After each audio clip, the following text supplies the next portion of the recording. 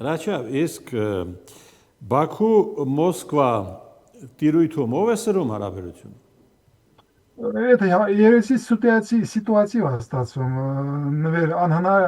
ամեն ինչը վերահսկողության տակ պահել, ես չեմ հավատում այդ սրումը կլինի երկար, նորից այդ երկու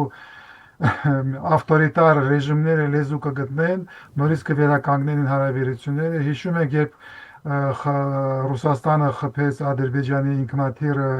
լարվածություն տեղի ունեցավ, հետո շքանշաններով եւ պարգևներով ամեն ինչ փակվեց։ Այս անգամ նույն ձևի կփակվի, որովհետեւ իր բնույթով ավտորիտար ռեժիմները եւ իրանց ընդհանուր շահերով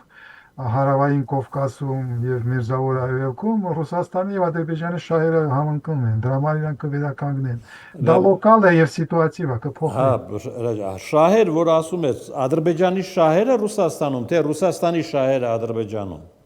Ռուսաստանի եւ Ադրբեջանի շահերը Հարավային Կովկասում, Իրանի տարածքում, Մերձավոր Արևելքում ավելի շուտ համընկնում են։ Եթե Հայաստանի հետ մեկ հակասում են մեր շահերը, Ադրբեջանի, Թուրքիայի եւ Ռուսաստանի շահերը Հարավային Կովկասում համընկնում են։ Դա ցավոք սրտի գործոն է եւ կոնստանտա է, այդ կոնստանտա մենք դրա մասին շատ ենք խոսել քեզ հետ, պետք կմնա։ Այդտեղ փոփոխություններ չեն լինելու։ Դրա համար Ադրբեջանի, Ռուսաստանի հարաբերությունների վատացումը չի ազդելու Հայաստանի ուղղության վրա։ Ադրբեջանը եւ Ռուսաստանը կարող են շատ վատ հարաբերություններ ունենան ուրիշ ուղղությունների վրա, բայց Հայաստանի նկատմամբ այդ իրանց վերաբերմունքը չի փոխվելու։ Դա սովորական է այսօրվա աշխարհում։ Երկու երկրներ կարող են ունենալ տարբեր մոտեցումներ, տարբեր ուղղությունների վրա։ Դա նորմալ է իմանալու։ Դրա համար մեզ համար ոչ մի բան չի փոխվում։ Այսինքն Եկատերինբուրգում տեղի ունեցածը զուտ իրավական միջոցառում է, թե։ Չէ, դա կրիմինալ է, իրավական է, գումարի ազդեցության ռուս-ադրբեջանական հարաբերությունների մեջ, բայց այդ հարաբերությունները վատանալը կամ լավանումը չի ազդելու իրանց հարաբերությունները, իրանց վերաբերմունքը Հայաստանի նկատմամբ։ Մեզ համար ոչ մի բան չի փոխվել, նորից եմ կրկնում։ Հայաստանի նկատմամբ Ռուսաստան, Ադրբեջանը, Թուրքիան դիրքերը չեն փոխելու, եթե տեղի չունենա տեղաշարժեր, աշխարհաքաղաքական տեղաշարժեր։ Իրանի կազմալուծումը կարող է նման աշխարհաքաղաքական տեղաշարժ լինի, երբ մենք պիտի ստիպված լինենք վերանայեք փոփոխվող հարաբերությունները, բայց Իրանը մնաց եւ Մերձավոր Արևելքում, եթե նայեք, մեծ հալայսով մեծ փոփոխություններ տեղի չեն ունեցել։ Դրա համար մենք ունենք ժամանակ նայել, գնահատել եւ պատրաստվել ապագա զարգացումներին։ Դե, բայց թե մենք ես երկրորդ անգամը չեմ հիշում, երբ Բաքուն այսպիսի կոշտ լեզվով է խոսել Մոսկվայի հետ։ Որտեղ Ռուսաստանը անգամ լիդերների մակարդակով է հնչում այդ բանը։ Հա, այդ հասկանալի է, Ադրբեջանը ի տարբերություն հայկական դիվանագիտության շատ լավ զգում է ինչ է կատարվում միջազգային ասպարեզում եւ այսօր Ռուսաստանի դիրքերը թողանում են։ Երբ Միացյալ Նահանգները ցույց տվեցին Իրանի վրա, որ իրանք կարող են անցնել ուղակի հարձակման, ուղակի մտնել պատերազմի մեջ, ոչ մեկը չէր սպասում, որ Միացյալ Նահանգները կարող են այդ ճանապարհով գնան, որովհետև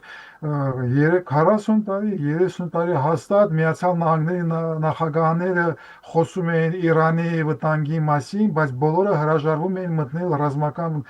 գործոնով, ռազմական գործիքով Իրանի դեմ աշխատելու, հարվածի չէին ասում։ Միացյալ Նահանգները Տրամպը դրա արեց։ Բուշը չարավ, այդ մեկը Օբաման չարավ եւ այլ, բայց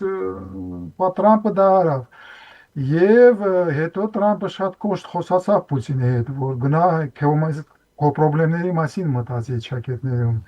Դրա համար հիմա Պուտինը կզգա վտանգ այս ամենի մեջ, Ռուսաստանի դիրքերը ուկրաինական պատերազմում Ռուսաստանը Միացյալ Նահանգների հարաբերությունները հիմա ամենից ոչ կայուն է դարձել։ Պուտինը փայլուն խաղում էր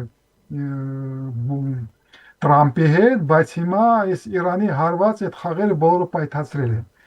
Եվ Ռուսաստանը պիտի նորից սկսի կառուցել իր հարաբերությունները Միացյալ Նահանգների հետ, եւ Իսրայելը ցուցադրեց իր օգնությունը Իսրայելին եւ Միացյալ Նահանգներին, օգտագործելով իր տարածքը եւ այլ այս պատերազմի մեջ ինքը ստանում է բոնուսներ, այդ բոնուսները իրան հնարավորություն են տալիս ավելի կոշտ խոսել թույլատրած Ռուսաստանի հետ։ Հիմա Ադրբեջանը ասում է ես իմ Իսրայելի եւ Միացյալ Նահանգների հետ, պարոն Պուտին, ես թույլ տամ ինձ հետ քեզ հետ խոսել ուրիշ լեզվով։ Ես այսօր հզոր եմ, ես ունեմ դաշնակիցներ, որոնք ես հիմա օգնել եմ։ Եվ Իսրայելը եւ Միացյալ Նահանգները դեռ հիշում են, որ Ադրբեջանը օգնել է։ Ադրբեջանը դրանով այդ սիտուացիայով օգտագործում է եւ կոշտ դիրքորոշում է ցույց տալիս եւ ամրացնում է դիրքորոշումները։ Դա նորմալ դիվանագիտություն է։ Իսկ հույս ունեմ, որ մի ժամանակ կգա մենք էլ այդպես կկարողանանք աշխատել դիվանագիտական ասպարեզում։ Լինել ճկուն եւ պատրաստներ փոխել դիրքերը։ Դե չեղարկել Օվերչուկի այցը Բաքու։ Այո, դա փոքր բաներ է։ Ինքը կարող է թույլ տա դա։ Եթե ունես նման դաշնակիցներ, ոնց Իսրայելն է եւ Միացյալ Նահանգներն է, որը կարող են հարված հասցնել, ռազմական հարված հասցնել, որ դու հնարավորություն չունես պատասխանել, որովհետև Իսրայելը ցույց տվեց, որ տարածաշրջանում ինքը ունում է ռազմական գերիշխանություն։ Ոչ մեկը այդպես հզորություն, որ ունի Իսրայելը, չունի։ Միացյալ Նահանգները ցույց տվեցին, որ գլոբալ ռազմական հզորություն ունեն իրանք, որը ոչ մեկը չի կարող է դիմադրել։ Եվ Ադրբեջանը ունի նման երկու դաշնակից։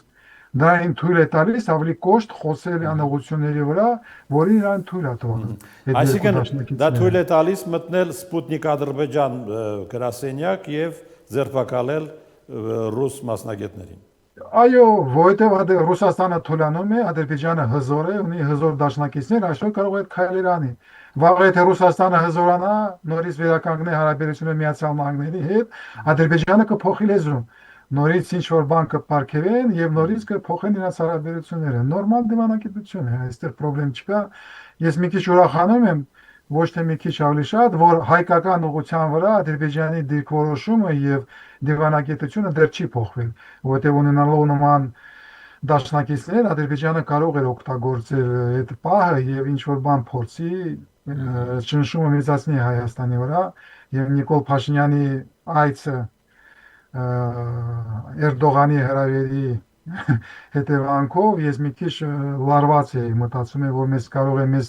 առաջի մինչև ուլտիմատումներ դնեն այս ստեցված վիճակում, բայց դա չի տեղի չունեցավ, դա նշանակում է, որ Միացյալ Նահանգների մոտեցումը Հայաստանի նկատմամբ չի փոխվել։ Այն ռազմավարական շրջանակը, պայմանագիրը շրջանակը, որը ստորագրվել է պարտներների մասին, Տրամպի ժամանակ շարունակում է աշխատել։ То есть Տրամպի նոր ադմինիստրացիան չի փոխել իր վերաբերմունքը Հայաստանի նկատմամբ։ Դա լավ նորություն է ինձ համար։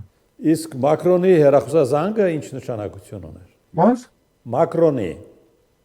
Մակրոնի նույն ձևի, դա ցույց է տալիս, որ Հայաստանի նկատմամբ Ֆրանսիա եւ Միացյալ Նահանգների ռազմավարությունը, քաղաքականությունը, դիվանագիտությունը չի փոխվել։ Փոխվել են հարաբերությունները Ռուսաստանի հետ, փոխվել են հարաբերությունները Ադրբեջանի հետ եւ այլը, բայց չնայած որ տարածաշրջանում մեծ փոփոխություններ են գնում, այդ երկու ուժային կենտրոնների վերաբերմունքը Հայաստանի նկատմամբ չեն փոխել եւ դա մեզ ինչ որտեղ է թողնում ավելի կայուն զգալ եւ շարունակել մեր դիվանագիտությունը, շարունակել մեր ռազմավարությունը եւ կամաց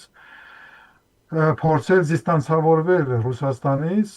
որտեղ կապերը կտրելու այդ հնարավորությունները մենք կորցրել ենք, եւ մենք ունենք ժամանակ դրա համար, բայց ժամանակը ինչքան ժամանակ ունենք, այսօր ոչ մեկը չի կարող ասել մեր, որտեղ ամեն ինչ շատ շուտ փոխում է։ Այսօր մենք այդ ժամանակը ունենք։